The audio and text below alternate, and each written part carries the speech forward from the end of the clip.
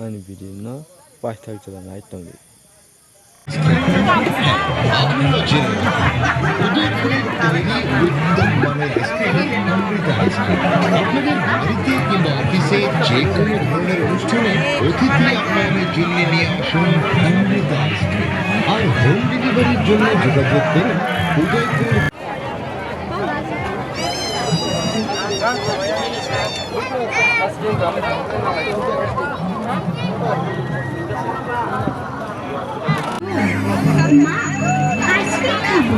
Ice cream চল সবাই মিলে আইসক্রিম খাই।